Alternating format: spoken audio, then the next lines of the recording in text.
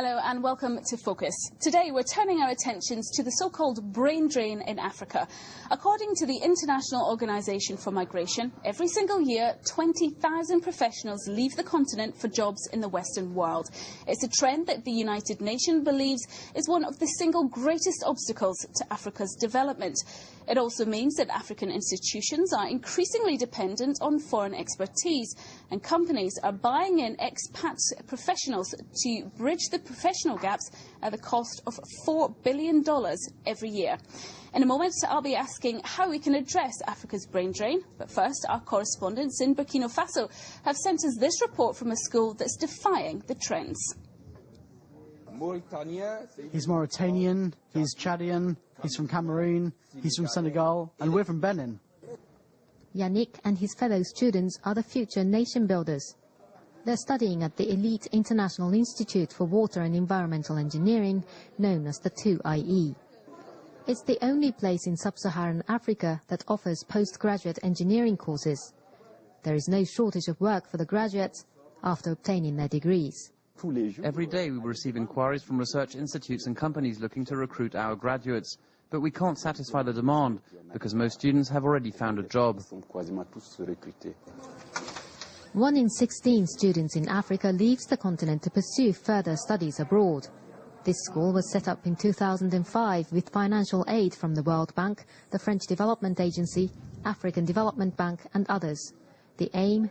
To slow down the African brain drain, especially in the fields of water, energy, environment and civil engineering, which are vital for the continent's development. This woman graduated from the institute last year. She now works for Vernet, a French engineering firm that specializes in wind energy and water systems. She was hired after the company saw her potentials during her internship. In addition to general competence in a particular field, African engineers have a better understanding of their land. International firms are looking to make a profit and they need manpower for their projects in Africa. Here they can find that our students have the same level of skills and competence as those who studied in the West. On top of that, they will not have to pay expatriation allowances.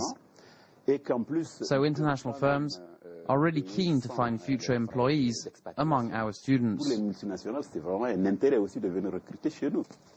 To respond to the rising demand for local engineers, the students at the 2IE are trained to be versatile.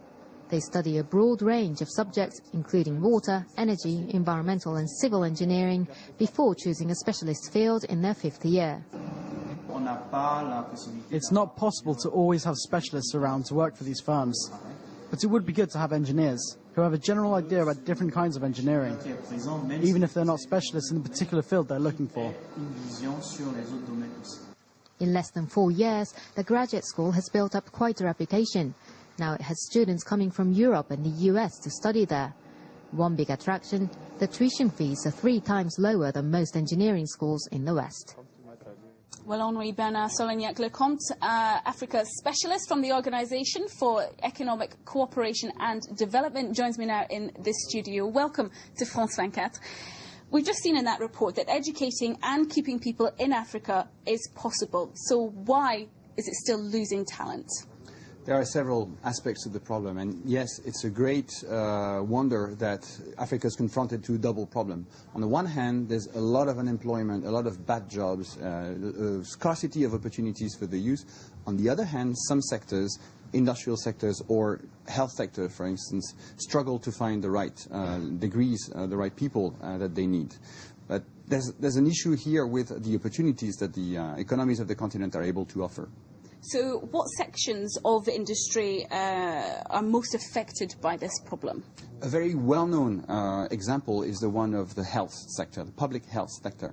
There is a scarcity of nurses, a scarcity of doctors, while at the same time many of them find employment in OECD countries. Typically, Southern African nurses will be hired in the UK. Why do they want to go to the UK? The problem is that I believe strongly that most people, if they had a choice, would like to have a life and a job in the country where they were born. It's just that when the opportunities is just not there, when you can't find a good job, when you can't find a proper future for you and your family, you will tend to go away and find it abroad. So the real question here is the capacity of African economies to generate the opportunities, generate the type of jobs that people want. How can they do this then? Well, there are many ways of tackling the problem, but what is striking is the lack of development for the small and medium enterprises. Together with the African Development Bank, every year we review the health of African economies. And what we find is that these small and medium enterprises are the real missing middle. We've been documenting the phenomenal growth that some African countries have experienced over the past decade, but this growth has been mostly driven by sectors like oil or minerals.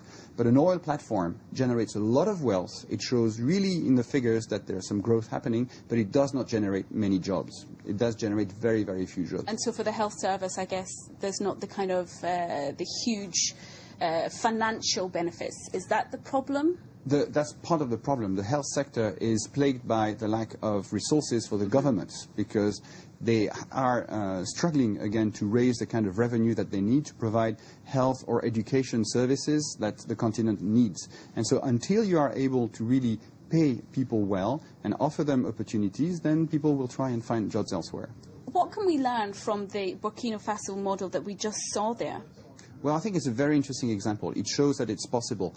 But you have to keep in mind that for a technical center or a university like this one to actually thrive, it needs to develop in a context where you have a lot of firms creating jobs, a lot of intellectual activity around.